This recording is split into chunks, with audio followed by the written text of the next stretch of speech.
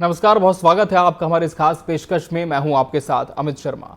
भोपाल की धरती एक बार फिर इतिहास की साक्षी बनी जब लोक माता अहिल्याबाई होलकर की 300वीं जयंती पर आयोजित महिला सशक्तिकरण महासम्मेलन में प्रधानमंत्री नरेंद्र मोदी ने पाकिस्तान को खुली चुनौती दी। पीएम ने साफ कहा, गोली का जवाब अब गोले से मिलेगा। इस मंच से जहां नारी शक्ति को सम्मान मिला, वहीं मुख्यमंत्री डॉक्टर मोहन यादव ने सुशासन और राष्ट्रहित की नई परिभाषा दी। पीएम ने ऑपरेशन सिंदूर को भारत की ताकत बताया और लखपति दीदी से लेकर ड्रोन दीदियों तक की योजनाओं को नए भारत का चेहरा भी। अब बड़ा सवाल यह है कि क्या भोपाल का यह सम्मेलन सिर्फ सांस्कृतिक आयोजन था या नई रणनीति का संकेत? क्या पाकिस्तान के खिलाफ ये चेतावनी सिर्फ शब्द हैं या भविष्य की कार्रवाई का साफ संकेत? आज इन्हीं सवालों पर हम चर्चा करेंगे। उसके पहले एक नजर इस खास रिपोर्ट पर।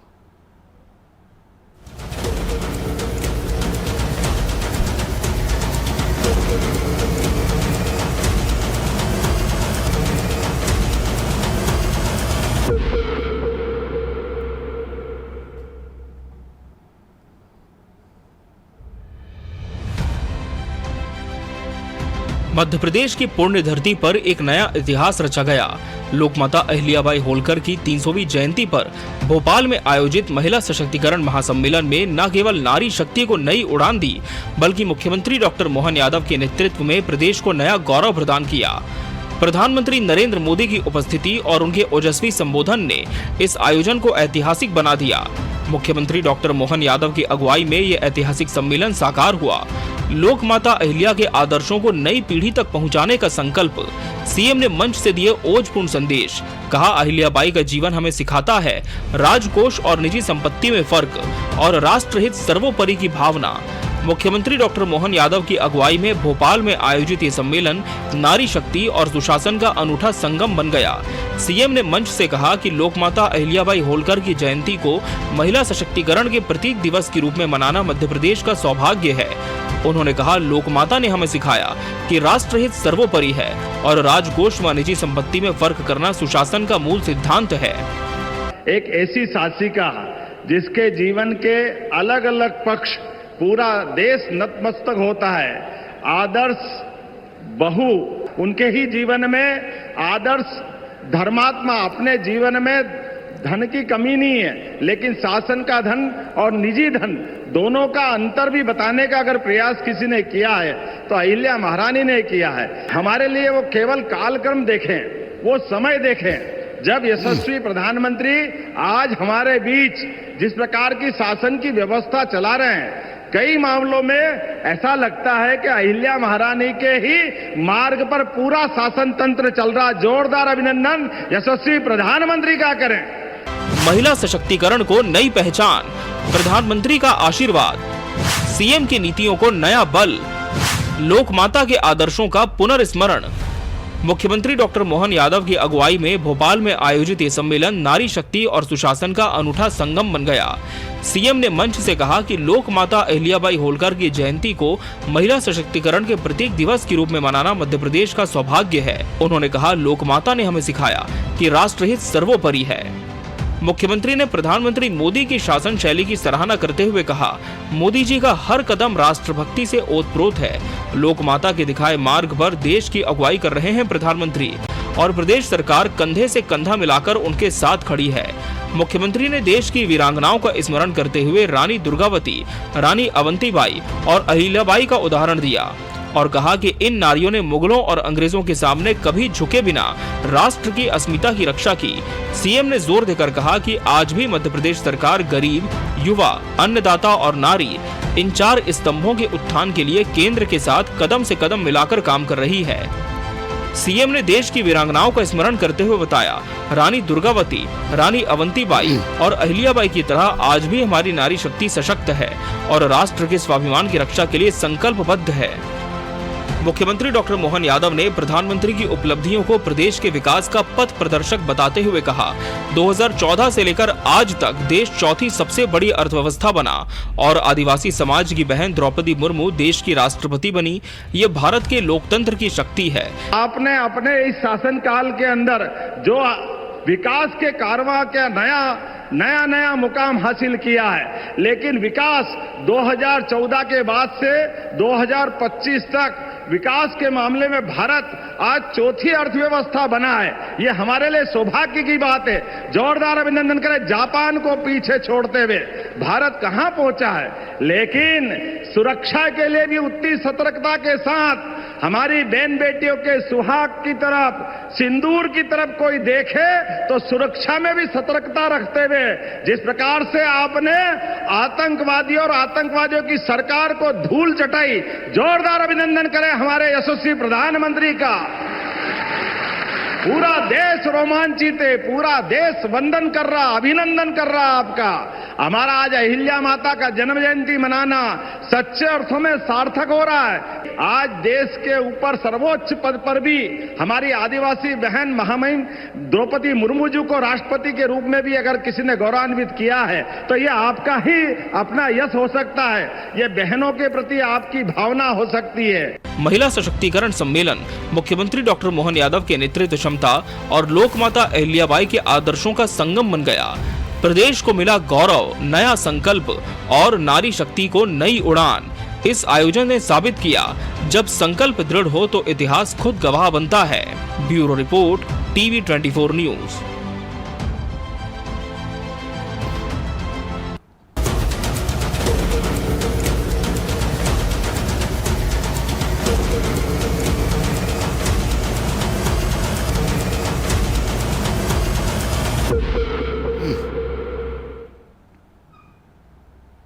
अहिल्या शक्ति संगम भोपाल के जंबूरी मैदान में आज जो कार्यक्रम आयोजित हुआ, कई संदेश एक मंच से एक साथ दिए गए और इन्हीं संदेशों पर आज की हमारी चर्चा केंद्रित होगी। हमारे साथ इसके लिए खास मेहमानों का पैनल भी जुड़ चुका है।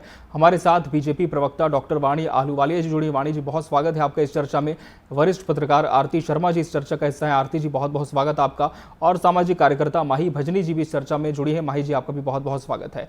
डॉक्टर वाणी आहलूवालिया जी, आज जो तमाम तैयारियां की गई थी वो मुकम्मल हुई इस जंबूरी मैदान के लिए, और जब प्रधानमंत्री पहुंचे संदेश मंच से दिया और मुख्यमंत्री का संबोधन भी बेहद खास था। क्या माना जाए, वाकई जिस परिकल्पना के साथ इस आयोजन को किया गया था वो पूरी तरह से साकार हो पाया, सफल हुआ?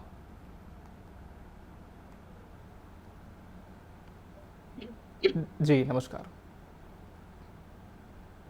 जी सबसे पहले तो आपके न्यूज चैनल के श्रोताओं को मैं प्रणाम करती हूँ। और आज जो एक बहुत ऐतिहासिक दिन है, देवी अहिल्याबाई की त्रिशताब्दी जन्म उत्सव जो हम मना रहे हैं, और स्मरण उनके आदर्श जीवन परिचय को मैं उसके लिए भी बधाई देती हूँ, क्योंकि ये महिला सशक्तिकरण के लिए एक मील का पत्ताबित होगा। साथ में आप मेरे साथ में जो मेरी महिला साथी जुड़ी हुई हैं, आप सबको भी मैं नमस्कार करती हूँ। देखिए, आज सांस्कृतिक विरासत को संरक्षण देने वाला एक ऐतिहासिक दिन है। आज विकास और विरासत दोनों को संजो के रखने में जो हमारे यशस्वी प्रधानमंत्री का संकल्प है, ज्ञान की जो परिभाषा है, उसका उल्लेख करने का एक बहुत विशेष दिन है। आज जहां महिला ग्रामीण सुशासन का संकल्प लिया है, वहां हमने महिला नारी सशक्तिकरण को एक नया परिचय दिया है। हमने स्मरण ये कराया है कि सामाजिक और आर्थिक जो ये भारत का जो दिल है, इसमें सामाजिक और आर्थिक जो न्याय मिल रहा है महिलाओं को, जो उनको उन्नति मिल रही है, जो उनको मुख्य धारा में हम जोड़ने का काम कर रहे हैं, तो भारत का दिल अग्रणी है और ये अव्वल नंबर पर है भारत देश में। इसके साथ में देखिए, शासकीय सेवा में 35% तक आरक्षण ने सुनिश्चित किया है मातृशक्ति के लिए। आज जो 5 लाख स्व सहायता समूह हैं, उनमें से 62 लाख ग्रामीण महिलाओं को हम आत्मनिर्भर स्थिति में ले आए हैं। हम प्रधानमंत्री उज्ज्वला जो योजना है, उसमें हमने एक बहुत बड़ा पहल किया है कि लगभग 89 लाख महिलाओं के घरों को हमने धुआं से मुक्त किया है। और उसका एक अर्थ और भी है कि उन घरों में नन्हे बच्चों को भी धुआं से मुक्त किया है, उनको बीमारियों से मुक्त किया है। हमने संकल्प लिया है, डॉक्टर जयमती कश्यप जैसी महिलाओं को ये राष्ट्रीय पुरस्कार देके हमने एक बार फिर ये संकल्प को स्थापित किया है कि ये सरकार महिलाओं को मुख्य धारा में लाने के साथ साथ उन्हें एक पहचान देने के लिए, ताकि इस देश में नेतृत्व महिलाएं आगे आए, देश फौज में आगे आए। आपने देखा है एनडीए का बैच भी जी महिलाओं का जो निकला है। ये देखिए, ये सब ऐतिहासिक पल हैं। ये जो कदम उठाए जा रहे हैं इस सरकार द्वारा, ये जी भारत के लिए गौरव के क्षण है। हमारा जो देश है, बस पूरे विश्व में ये एकमात्र देश है जहां पर महिलाओं को जरूरत नहीं थी पहचान की। महिलाएं तो पहले से ही जी अ, बिल्कुल शासन प्रशासन, ये देवी अहिल्याबाई की भूमि है।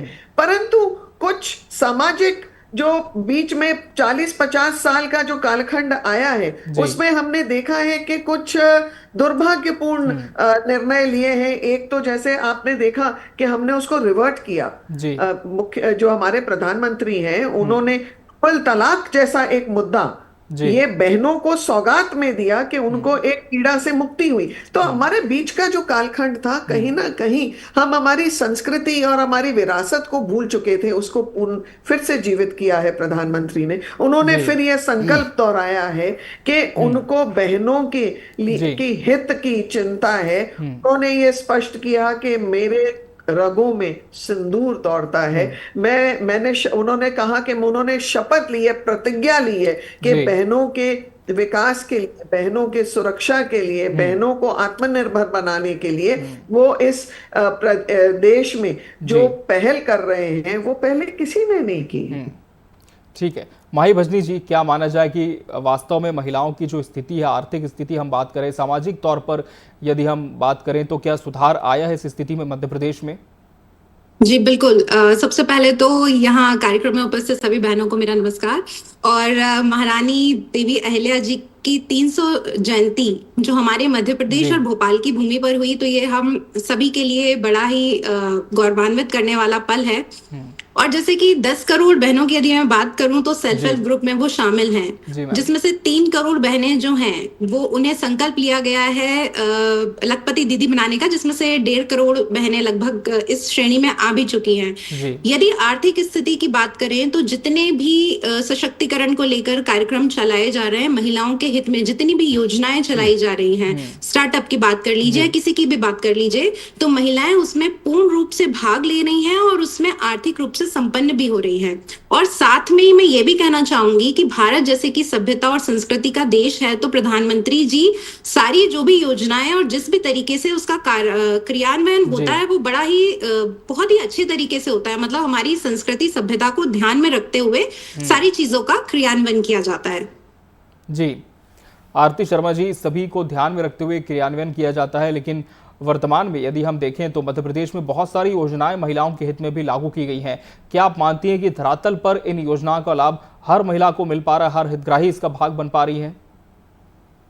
देखिए, निश्चित तौर पर अभी मैं सुन रही थी अपनी वरिष्ठ महिला और जो मेरी और साथी महिला सदस्य हैं, आज जब प्रधानमंत्री जी भोपाल की जमीन पर आए हैं और उन्होंने हमारे 300 साल पुरानी जो देवी अहिल्याबाई होलकर की जो नारी शक्ति और समर्पण को आज जो उन्होंने जिस तरीके से आज प्रेजेंट में पेश किया, मुझे इतना अच्छा लगा ये सब। जब वहां महिलाएं जो उपस्थित थी, जिन जिन महिलाओं से हमने जनरली बात की, उनका कहना यह था कि पहली बार ऐसा फील हो रहा है, क्योंकि आज हम बैठ के बात कर रहे हैं, महिला सशक्तिकरण पे बातचीत होती है तो सहज लगता है, लेकिन आज से 300 साल पहले अगर हम नारी आर्थिक रूप से उनके सशक्त होने की बात करें या एक प्रशासक महिला सुशासन की बात करें, तो उस समय कल्पना करना बड़ा मुश्किल था। उसको आज जमीन पर वापस से जीवंत करना, आज ये उस महासम्मेलन में हुआ।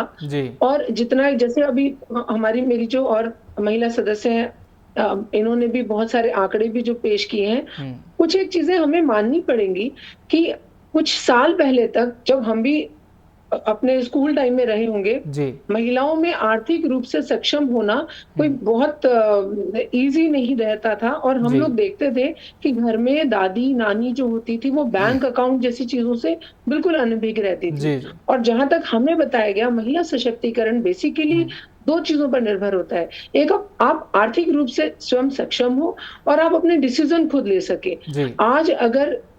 आज के दौर में महिलाएं आर्थिक रूप से खुद को सक्षम पा रही हैं और अपने डिसीजन खुद ले पा रही हैं, तो ये सही मायने में महिला सशक्तिकरण का एक उदाहरण है और ये दिन पर दिन सशक्त और मजबूत होता जा रहा है। तो मुझे तो ये लग रहा है कि इस आधी आबादी को जिस तरीके से सपोर्ट किया जा रहा है और महिला को जिस तरीके से एक महिला शक्ति को केंद्र में ध्यान में रखते हुए जिस तरह के ये महासम्मेलन आयोजित हो रहे हैं, महिलाओं को एक बार वापस सिंदूर से और उनकी शक्ति से पहचान वापस से एक पुनर्जागृत की जा रही है, वो बहुत इस देश के लिए भी और समाज के लिए भी बहुत अच्छा कदम।